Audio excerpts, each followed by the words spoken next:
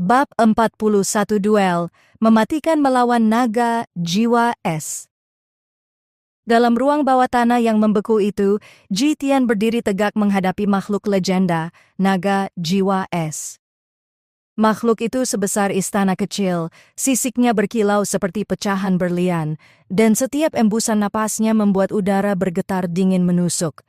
Tapi Ji Tian, meski keringat dingin mengucur di pelipisnya, tidak bergeming. Dia tahu, ini adalah ujian pertamanya. Ujian untuk menjadi pewaris sejati segel langit. Naga itu menggeram rendah, suara gemuruhnya memecahkan stalaktit-stalaktit es di sekeliling. Sekejap kemudian, ia melesat maju dengan kecepatan luar biasa, cakar raksasanya mengayun membelah udara. Langkah bayangan 1000. Dengan refleks tajam, Ji Tian mengaktifkan jurus gerak cepat miliknya. Tubuhnya berganda menjadi bayangan-bayangan kabur, menghindar dari serangan brutal itu. Namun meski berhasil lolos, semburan angin dari cakar naga sudah cukup untuk melemparkan Ji Tian menghantam dinding es. Ini belum apa-apa kan? Baru pemanasan. Ji Tian mengerang sambil berdiri lagi. Dia tahu, jika dia hanya bertahan, lambat laun dia akan habis. Dia harus menyerang balik. Tangannya membentuk segel. Formasi cahaya bintang. 3 bola energi bercahaya biru muncul di sekelilingnya, berputar cepat lalu menembak ke arah naga. Ledakan es menyebar. Namun, saat asap es menghilang, naga jiwa es itu hanya bergeser setengah langkah, nyaris tanpa luka. Ji Tian mengumpat dalam hati. Dasar naga tua keras kepala. Tiba-tiba, mata naga itu bersinar merah terang. Mulutnya terbuka, membentuk bola energi es yang berputar cepat, jurus mematikan yang dikenal sebagai ledakan nafas es abadi. Kalau kena ini bukan cuma jadi es batu, aku jadi fosil. Ji Tian berteriak panik. Dalam 1 detik yang terasa abadi, Ji Tian membuat keputusan gila, melompat langsung ke arah naga. Mata semua yang mengamati mungkin akan membelalak. Namun Ji Tian bukan tanpa rencana. Saat melompat, ia mengaktifkan segel langit di tubuhnya. Cahaya perak membungkusnya, membentuk perisai suci. Dengan momentum itu, ia memanfaatkan kepala naga sebagai pijakan, lalu melompat lebih tinggi, langsung ke cabang tertinggi pohon kristal. Tangan Ji Tian berhasil meraih bola cahaya, artefak suci, yang menggantung di sana. Sekejap itu juga, bola cahaya mencair masuk ke dalam tubuh Ji Tian, memenuhi dirinya dengan kekuatan suci dingin luar biasa. Lapisan es tipis membalut tubuhnya seperti zirah dewa. Mata Ji Tian bersinar tajam. Kini, pertarungan sesungguhnya dimulai. Dengan kekuatan baru, Ji Tian melayang turun. Tangan kanannya mengumpulkan kekuatan suci es, membentuk sebuah tombak kristal raksasa. Naga tua, Ji Tian berteriak. Aku pinjam kepalamu buat latihan lempar tombak. Dengan teriakan itu Ji Tian melemparkan tombak kristal secepat kilat. Tombak menembus udara membeku menghantam langsung dada naga jiwa es. 1 dentuman besar mengguncang seluruh ruang bawah tanah. Cahaya biru membara memenuhi seluruh gua, membuat seluruh dinding bergetar dan retakan-retakan muncul di langit-langit. Saat semuanya reda, naga jiwa es itu mengerang pelan. Sebelum tubuh raksasanya runtuh perlahan ke tanah, berubah menjadi pecahan kristal es yang berkilauan. Ji Tian berdiri di atas puing-puing es itu, napasnya berat, namun senyum puas terukir di bibirnya. Dia telah menang. Tapi, dia tahu ini baru awal. Masih ada 8 lokasi lagi. Masih ada sekutu gelap yang mengintai di bayang-bayang. Dan di atas semua itu, takdir dunia kini perlahan berpindah ke pundaknya. Bab 42 Rahasia di balik artefak cahaya jiwa. Setelah mengalahkan naga jiwa es dan memperoleh artefak cahaya jiwa, Ji Tian duduk bersila di tengah reruntuhan kuil, mencoba menenangkan nafasnya. Tubuhnya masih bergetar, bukan karena takut, tetapi karena kekuatan dahsyat yang kini bersemayam di dalam dirinya. Saat dia memejamkan mata, dunia di dalam kesadarannya berubah. Ia melihat sebuah lautan luas yang membeku, langit kelabu, dan di tengah-tengahnya sebuah menara es raksasa menjulang tinggi hingga menembus awan. Tempat ini? Jitian berbisik dalam hati. Tiba-tiba, sebuah suara tua dan bergema-menggema di benaknya. Wahai pewaris, jika kau ingin menguasai kekuatan sejati segel langit, kau harus mengumpulkan 9 artefak cahaya jiwa dan mendaki menara es abadi. Suara itu lenyap begitu saja, meninggalkan Jitian dalam diam. Ia membuka matanya perlahan. Matahari siang menyelinap dari retakan gua, memantulkan kilauan es di sekitarnya, menciptakan pemandangan bak dunia dongeng. Jitian tersenyum lebar. Kalau begitu, aku akan ambil semuanya, katanya sambil mengepalkan tinju. Bab 43 Perebutan Harta Karun Jiwa Salju. Angin es berhembus kencang, membawa butiran salju seperti ribuan pisau kecil. Di medan perang yang membeku itu, puluhan sosok bertarung sengit, menciptakan badai energi yang membuat langit di atas mereka bergetar. Di tengah kekacauan itu, harta karun jiwa salju mengambang di udara, bersinar memikat seperti bulan purnama. Aura spiritualnya menggoda siapapun yang memandang, membuat darah bergolak dan hati berdebar keras. Jitian berdiri di puncak tebing kecil, menatap ke bawah dengan mata berbinar. Oke, banyak banget yang harus ditumbangin, gumamnya santai sambil menggerak-gerakan bahunya. Tiba-tiba, seorang pemuda berpakaian hitam pekat dengan logo sekta pedang hitam di dada melesat ke arah permata. Tangan kanannya menciptakan gelombang pedang hitam yang membelah udara. Pedang bayangan hitam. Gelombang pedang itu menghantam 3 murid sekte kecil sekaligus, membuat mereka terlempar keluar arena dengan teriakan ngeri. Melihat itu, murid dari sekta darah ilahi tidak tinggal diam. Seorang wanita berambut merah darah dengan tombak bercahaya merah melompat maju sambil berteriak. Tombak darah menari. Serangannya berputar seperti badai, menghancurkan gelombang pedang hitam. Langit dipenuhi kilatan energi, tanah pecah menjadi jurang-jurang kecil, dan hawa pembunuhan memenuhi seluruh area. Jitian tersenyum miring. Aduh, kalau dibiarkan mereka habisin semua duluan, aku nggak kebagian seru-serunya dong. Dengan secepat kilat, dia mengaktifkan langkah bayangan 1000. Tubuhnya menghilang, melesat seperti arwah hantu di antara medan perang. Seorang murid dari sekta petir baru saja mengangkat senjatanya, namun dalam sekejap Jitian sudah muncul di belakangnya. Permisi, lewat ya. Satu tamparan ringan di tengkuk membuat murid itu langsung pingsan dan terkapar. Dengan gaya santai, Jitian terus bergerak seperti ikan licin, menyingkirkan lawan-lawan tanpa membunuh. Cukup membuat mereka KO. Semua orang yang melihat hanya bisa melongo. Siapa bocah aneh ini? Gila cepatnya. Dalam hitungan detik Jitian sudah berada di tengah arena, hanya beberapa langkah dari harta karun jiwa salju. Namun sebelum tangannya menyentuh permata itu, berani-beraninya bocah ingusan ikut campur. Suara berat bergema dari langit. Sosok raksasa setinggi 2 meter lebih, berotot seperti kuda perang, mendarat di depan Jitian. Itu adalah murid senior dari sekta Gunung Besi, dikenal dengan julukan Manusia Baja. Tanpa banyak basa-basi, Manusia Baja mengayunkan tinju besarnya, menciptakan tekanan udara dahsyat. Jitian mengangkat alis. Oke, kita main pukul-pukulan sekarang? Dengan sigap, dia mengaktifkan jurus barunya. Tinju bayangan es! Tubuh Jitian berkedip, lalu dalam waktu kurang dari 3 detik, ia menghujani Manusia Baja dengan puluhan pukulan es super cepat. Suhu di sekitar mereka turun drastis. Tinju Jitian meninggalkan jejak beku di kulit keras musuhnya. Akhirnya, Manusia Baja mengerang, tubuhnya membeku perlahan dari kaki sampai leher, hingga akhirnya terjatuh ke tanah dengan suara berdebam berat. Oke, satu halangannya lewat. Jitian bertepuk tangan puas. Kini, hanya tinggal 1 langkah lagi menuju harta karun jiwa salju. Tapi, dari balik bayangan, sosok misterius muncul. Seorang wanita bertopeng, berbalut jubah ungu, dengan mata secerah bintang. Dia memegang sebilah kipas besi yang bersinar dengan simbol kuno. Aku tidak akan membiarkanmu menyentuh harta itu, bocah kecil, katanya dengan suara dingin tapi merdu. Jitian menyipitkan mata, tubuhnya tegang. Seriusan? Masih ada bos tambahan? Dan kali ini, pertarungan sebenarnya akan dimulai.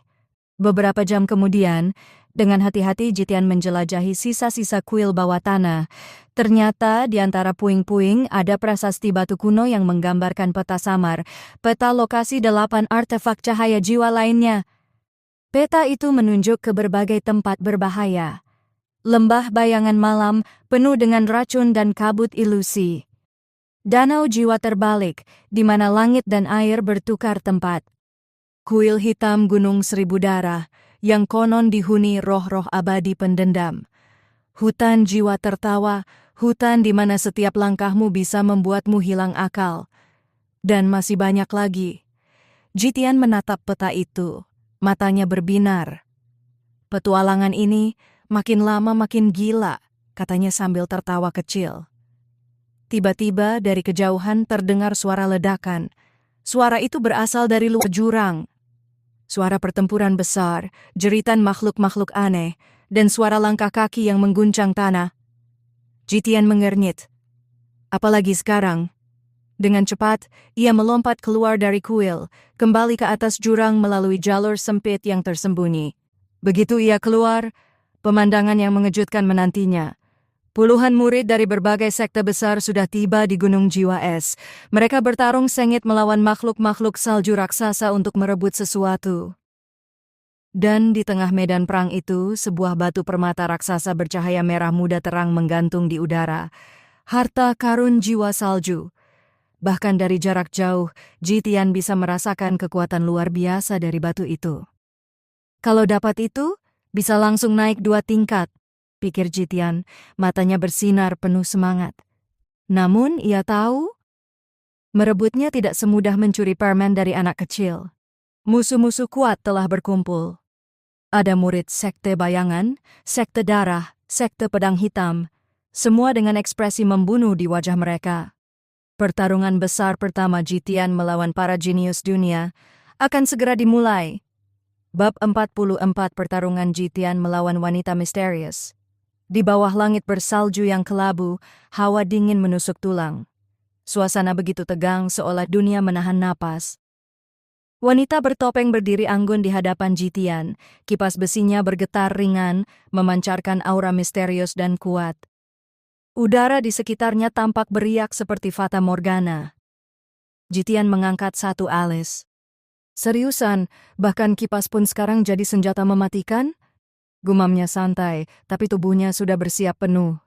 Dalam sekejap, wanita itu melesat. Kipas besinya terayun, memotong udara, menciptakan semburan energi berbentuk sabit ungu yang tajam. Kipas jiwa bintang belahan langit. Gelombang energi itu membelah tanah, membentuk jurang kecil ke arah Jitian. Tanpa panik, Jitian bergerak gesit. Dengan langkah bayangan 1000, tubuhnya berkedip-kedip, menghindari setiap serangan dengan gerakan secepat kilat. Energi sabit ungu itu menghancurkan batu-batu besar, menciptakan dentuman keras yang menggema ke seluruh gunung. Jitian memutar tubuhnya di udara, lalu meluncur ke arah wanita bertopeng itu. Tinju bayangan es. Tangannya membeku dengan aura es, membentuk lapisan kristal berkilau. Dia melepaskan rentetan pukulan bertubi-tubi. Namun, wanita bertopeng itu bukan lawan biasa. Dengan gerakan anggun, ia memutar kipas besinya, menciptakan pusaran angin yang menahan semua pukulan Jitian. Setiap benturan menimbulkan kilatan energi dan ledakan kecil. Tidak buruk untuk bocah seusiamu, katanya dingin. Jitian tertawa kecil. Terima kasih, tapi jangan menyesal ya kalau nanti aku beneran menang. Matanya menyipit tajam. Dia tahu, serangan biasa tidak akan cukup. Dia menjejak tanah, mengumpulkan seluruh energi es dalam tubuhnya ke satu titik. Formasi bayangan beku cakar naga es. Tanah di bawahnya membeku, membentuk pola es berbentuk naga raksasa. Naga itu meraung ke langit, lalu melesat ke arah wanita bertopeng dengan kecepatan luar biasa. Wanita bertopeng membuka kedua kipasnya, menciptakan perisai energi ungu di depannya. Tabrakan tak terelakkan. Ledakan energi besar mengguncang seluruh arena. Salju berhamburan ke segala arah. Medan perang seolah tersapu badai. Saat debu mulai mengendap, dua sosok masih berdiri, tapi keduanya tampak terengah-engah. Wanita bertopeng melepas sedikit topengnya, memperlihatkan setengah wajah yang begitu cantik, seolah diukir dari giok halus. Tatapannya kini berubah sedikit, bukan hanya dingin, tapi juga penasaran. "Siapa sebenarnya kau?" bisiknya. Jitian hanya tersenyum santai, sambil mengangkat bahu. "Seorang calon legenda mungkin?" Wanita bertopeng menahan tawanya, lalu menghilang ke balik bayangan tanpa suara, meninggalkan aroma bunga aneh yang tertinggal di udara. Harta karun jiwa salju masih berkilau di udara, tak tersentuh. Jitian memandang permata itu, lalu mendesah. "Yah, satu masalah selesai, tinggal rebut hadiahnya." Dengan langkah ringan, ia melompat ke arah harta karun jiwa salju, menggenggamnya erat di tangan. Tubuhnya langsung dikelilingi aura putih bercahaya. Energi murni mengalir deras ke dalam meridiannya, memperkuat setiap inci kekuatannya. Tingkatan kultivasi, peningkatan besar. Senyum lebar merekah di wajah Jitian. "Ini baru permulaan," bisiknya penuh semangat. Petualangan menuju Menara Es Abadi baru saja dimulai. Bab 45, Jejak Rahasia Menuju Menara Es Abadi. Setelah berhasil menggenggam harta karun jiwa salju, Jitian berdiri di tengah arena yang kini sepi. Semua pesaing sudah tumbang, kabur, atau memilih menyerah setelah melihat kekuatannya. Aura es murni dari permata itu perlahan menyatu dengan tubuh Jitian, membungkusnya dalam cahaya putih kebiruan yang lembut. Setiap nafasnya kini membawa hawa dingin yang menyejukkan jiwa dan menajamkan indranya. Namun, sebelum Jitian sempat menikmati peningkatan kekuatan barunya, sebuah gulungan kecil terjatuh dari dalam harta karun jiwa salju. Gulungan apa ini?" Dengan rasa penasaran, Jitian membuka gulungan itu. Tulisan kuno berkilau muncul seolah hidup. "Menara Es Abadi Rahasia Dewa Salju." Hanya mereka yang menemukan jejak rahasia yang dapat membuka gerbang menuju keabadian. Di bawah tulisan itu, terdapat peta kuno. Peta tersebut menunjukkan lokasi tersembunyi di pegunungan utara, tempat di mana konon berdiri Menara Es Abadi, sebuah tempat suci yang hanya menjadi legenda di kalangan sekte-sekte besar. Jitian mengangkat dagunya, matanya berbinar penuh semangat. "Menara Es Abadi, ya? Kayaknya seru nih." Tanpa membuang waktu, ia menyimpan peta itu, lalu melesat pergi dari arena yang telah porak-poranda. Beberapa hari kemudian, di perbatasan pegunungan utara, badai salju menggila. Tiupan angin seperti raungan serigala menggema di antara tebing-tebing tinggi. Jitian mengenakan mantel tebal dari kulit binatang roh, melangkah santai melawan badai. Meskipun salju menumpuk setinggi lutut, gerakannya tetap ringan dan cekatan. Di tangan kirinya, peta kuno itu memancarkan sinar samar, menunjukkan arah yang benar. Namun sebelum ia melangkah lebih jauh, tiba-tiba sekelompok orang berjubah hitam muncul dari balik badai, mengepung Jitian. Mata mereka bersinar merah, aura membunuh menguar dari tubuh mereka. "Serahkan peta itu, bocah, atau mati." Salah satu dari mereka menggeram, suaranya serak seperti binatang buas. Jitian mendengus pelan. "Belum apa-apa udah disambut kayak gini. Seriusan? Aku bahkan belum sempat ngemil dulu." Dengan senyum jahil, ia mengangkat tangannya, aura es membara di sekitarnya. "Kalau gitu, kita main-main sebentar ya." Dalam sekejap dia mengaktifkan formasi beku 1000 bayangan. Es dan salju meledak di sekelilingnya, menciptakan bayangan-bayangan es yang bergerak sendiri, menyerang para penyergap. Para pria berjubah hitam itu kaget setengah mati. Ini formasi kelas atas, bocah ini siapa sebenarnya?" Teriakan ketakutan mereka menggema di tengah badai. Dalam beberapa menit, semua penyerang itu sudah membeku menjadi patung es, berdiri kaku di tengah medan putih. Jitian menepuk-nepuk pakaiannya yang nyaris tidak kotor. "Yah, pemanasan dulu sebelum petualangan besar." Dengan penuh semangat, ia melanjutkan perjalanan, menembus badai, mendekati lokasi Menara Es Abadi, tempat di mana tantangan sesungguhnya sudah menunggu.